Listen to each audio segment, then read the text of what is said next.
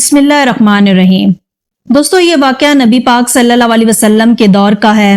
بنو قریظہ کا ایک یہودی تاجر تھا، اس کا نام سلام بن جبیر تھا۔ وہ شام گیا اور وہاں سے اس نے مال تجارت خریدا۔ وہاں ایک غلام بھی بک رہا تھا۔ اس غلام کی نہ تو شکل اچھی تھی اور نہ ہی اس میں کوئی ہنر نظر آتا تھا، اور بیچنے والا بھی جان چھڑا رہا تھا، چنانچہ وہ سستا بک رہا تھا۔ اس تاجر سلام بن جبیر نے سوچا کہ سستا ہے، چلو میں خرید لیتا ہوں، کوئی تو مجھ سے لے لے گا، ہو سکتا ہے گھر میں بھی کسی کو نوکر یا غلام کی ضرورت ہو۔ اس غلام کا نام سالم تھا۔ اسے سلام بن جبیر مدینہ منورہ لے آیا۔ اس تاجر کا مال و تجارت تو ہاتھوں ہاتھ بک گیا۔ اب وہ چاہتا تھا کہ میں کام سمیٹوں اور قبیلے میں جاؤں، لیکن غلام کوئی نہیں خرید رہا تھا۔ جو آتا ہے وہ دیکھ کر کہتا ہے نہ تو اس میں عقل نظر آتی ہے اور نہ ہی شکل نظر آتی ہے، ہم اسے کیوں خریدتے۔ وہ غلام اس تاجر کے گلے کا کانٹا بن گیا۔ اس طرح 10 دن وہ روز مارکیٹ میں جاتا اور اس کا غلام کوئی نہ خریدتا۔ وہ بڑا پریشان ہوا، حتیٰ کہ اس نے یہ فیصلہ کر لیا کہ جب یہ اتنا ہی نکما ہے تو اس کو اونی پونی قیمت پر بیچ دوں گا۔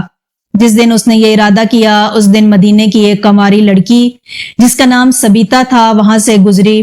اس لڑکی سبیتا نے پہلے بھی کئی مرتبہ اس غلام کو دھوپ کے اندر بازار میں کھڑا دیکھا تھا۔ وہ نوجوان لڑکی تھی، عورت ذات تھی، دل اس کا نرم تھا۔ اسے اس غلام پر رحم آ گیا۔ اس نے اس تاجر کو سلام کیا اور اس سے پوچھا، کیا تم اس لڑکے کو بیچنا چاہتے ہو؟ اس تاجر نے کہا، ہاں میں اسے بیچنا چاہتا ہوں۔ میں اسے بیچنا ہی نہیں چاہتا بلکہ اس سے جان بھی چھڑوانا چاہتا ہوں۔ تو اس لڑکی نے پوچھا کہ کتنے پیسے لوگے؟ تو تاجر نے کہا، جتنے میں نے خریدا ہے اور راستے میں جو اس پر خرچ کیا ہے، بس خرچہ دو اور لے جاؤ۔ اس تاجر نے تھوڑی سی قیمت مانگی۔ سبیتا نے وہ رقم دے دی اور اس لڑکے کو لے کر آ گئی۔ خریدتے وقت اس لڑکی نے اس تاجر سے پوچھا تھا کہ یہ لڑکا تمہیں کہاں سے ملا تھا؟ تو اس تاجر نے کہا کہ یہ ماں باپ کا اکیلا بیٹا تھا، شام میں بک رہا تھا اور میں اسے لے آیا۔ وہ لڑکی نرم دل کی تھی، وہ سوچتی رہی کہ کتنے بچے ایسے ہوں گے جو اپنے ماں باپ سے جدا کر دیے جاتے ہیں، یہ بھی تو کسی ماں کا بیٹا ہوگا۔ پتہ نہیں اس کی ماں اس کے لیے کتنا ترستی ہوگی، کتنا روتی ہوگی۔ میں دیکھتی ہوں کہ بیچارہ سارا دن دھوپ میں کھڑا ہوتا ہے۔ اچھا، میں اس کو گھر لے جاتی ہوں اور میں اس کو اپنا بیٹا بنا لوں گی، لیکن میں اس سے شادی نہیں کروں گی۔ ایسا نہ ہو کہ میری اولاد کے ساتھ بھی کل یہی معاملہ پیش آ جائے۔ سبیتا نے اس لڑکے کو اپنے گھر میں بیٹے کی طرح پالنا شروع کر دیا۔ جب لڑکے کو اچھی غذا ملی اور محبت ملی، وہ تو بھوکا تھا محبت کا، چنانچہ ابھی اس کے اندر خود اعتمادی آ گئی اور اس کی صحیح نشوونما اور گروتھ ہونا شروع ہو گئی۔ اس کی صحت بھی اچھی ہوتی گئی اور صلاحیتیں بھی کھلتی گئیں۔ وہ ڈپریشن سے نکل آیا اور اس کا چہرہ تر و تازہ ہو گیا۔ ان دنوں مکہ مکرمہ کا ایک قبیلہ شام میں تجارت کے لیے گیا ہوا تھا۔ اس میں ایک ابو حذیفہ نامی تاجر تھا جو مکے کا رہنے والا تھا۔ انہوں نے راستے میں مدینہ منورہ میں پڑاؤ ڈالا۔ اللہ کی شان، اس کے سامنے سبیتا کا یہ واقعہ کسی نے بیان کیا تو حذیفہ کو سبیتا کی طبیعت اچھی لگی۔ وہ ایک رحم دل لڑکی ہے اور اس نے احساس کیا انسانیت کی ہمدردی کی، ایسی اچھے اخلاق والی لڑکیاں کہاں ملتی ہیں۔ چنانچہ انہوں نے بن دیکھے سبیتا کے والدین کو نکاح کا پیغام بھیج دیا۔ ادھر سبیتا کے والدین نے سوچا، لو بھائی قریش میں سے ہیں، تاجر ہیں اور خود پیغام بھیج رہا ہے، یہ تو کوئی اچھا آدمی لگ رہا ہے۔ لہٰذا انہوں نے اس پیغام کو قبول کر لیا اور سبیتا کا ابو حذیفہ کے ساتھ نکاح ہو گیا۔ نکاح کے بعد ابو حذیفہ کچھ دن مدینہ میں رہے اور وہ غلام بھی ان کے ساتھ رہا جو ان کی بیوی سبیتا کے پاس تھا۔ پھر ابو حذیفہ مکہ مکرمہ چلے گئے تو سبیتا بھی اپنے خاوند کے ساتھ مکہ مکرمہ چلی گئی اور وہ غلام بھی ان کے ساتھ جہیز میں آ گیا۔ ابو حذیفہ حضرت عثمان غنی رضی اللہ تعالیٰ عنہ کے دوست تھے اور یہ بھی تاجر تھے۔ بزنس مین ایک دوسرے کے دوست ہوتے ہیں۔ ابو حذیفہ نے یہ محسوس کیا کہ میرے یہ تاجر دوست حضرت عثمان غنی رضی اللہ تعالیٰ عنہ مجھ سے ملتے نہیں بلکہ کنی کترا جاتے ہیں۔ چونکہ دوستی کا ایک تعلق ہوتا ہے، اس لیے ابو حذیفہ نے سوچ لیا کہ اگر عثمان غنی مجھ سے نہ ملے تو میں ان کے گھر جا کر ان کو مناؤں گا اور ان سے پوچھوں گا کہ آپ مجھ سے ناراض کیوں ہیں۔ ابو حذیفہ عثمان غنی رضی اللہ تعالیٰ عنہ کے گھر آ گئے اور ان کے مابین بات چیت شروع ہو گئی۔ ابو حذیفہ نے حضرت عثمان غنی سے پوچھا کہ میں آپ میں کچھ ناراضگی کے آثار دیکھ رہا ہوں، آپ بدلے بدلے نظر آ رہے ہیں۔ حضرت عثمان غنی نے فرمایا، اس لیے کہ تیرا اور میرا راستہ مختلف ہے۔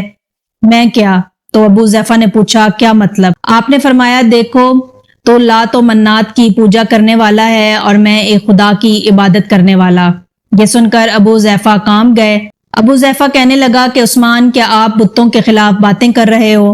عثمان غنی رضی اللہ تعالیٰ عنہ نے فرمایا، ہاں، اللہ کے آخری نبی حضرت محمد صلی اللہ علیہ وسلم مبعوث ہوئے یہاں، اور میں نے اپنے اس آقا کے پیغام پر لبیک کہی اور میں مسلمان ہو چکا ہوں۔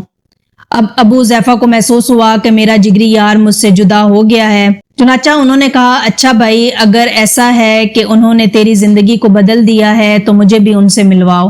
تو حضرت عثمان غنی رضی اللہ تعالیٰ عنہ نے فرمایا، بہت اچھا۔ چنانچہ حضرت عثمان غنی کی دعوت پر ابو ذیفہ نبی کریم صلی اللہ علیہ وسلم کی خدمت میں آئے۔ نبی پاک صلی اللہ علیہ وسلم نے قرآن پاک پڑھا اور قرآن نے دل کی دنیا کو بدل کے ہی رکھ دیا اور ابو ذیفہ مسلمان ہو گئے۔ جب ابو ذیفہ گھر گئے تو سبیتا نے دیکھ کر کہا کہ میں جو سکون آپ کے چہرے پر دیکھ رہی ہوں وہ پہلے کبھی نہیں دیکھا، کیا وجہ ہے؟ ابو ذیفہ فرمانے لگے کہ میں مسلمان ہو گیا ہوں۔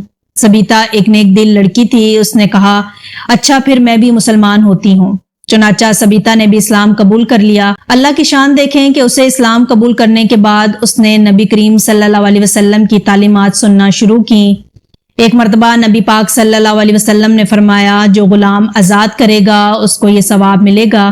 پھر جب سبیتا گھر آئی تو اس نے اپنے غلام سالم کو کہا کہ اللہ کے نبی حضرت محمد مصطفیٰ صلی اللہ علیہ وسلم نے غلام کو آزاد کرنے کی فضیلت بتائی ہے، لہٰذا میں تمہیں اللہ کے راستے میں آزاد کرتی ہوں، اب جہاں جانا چاہو چلے جاؤ۔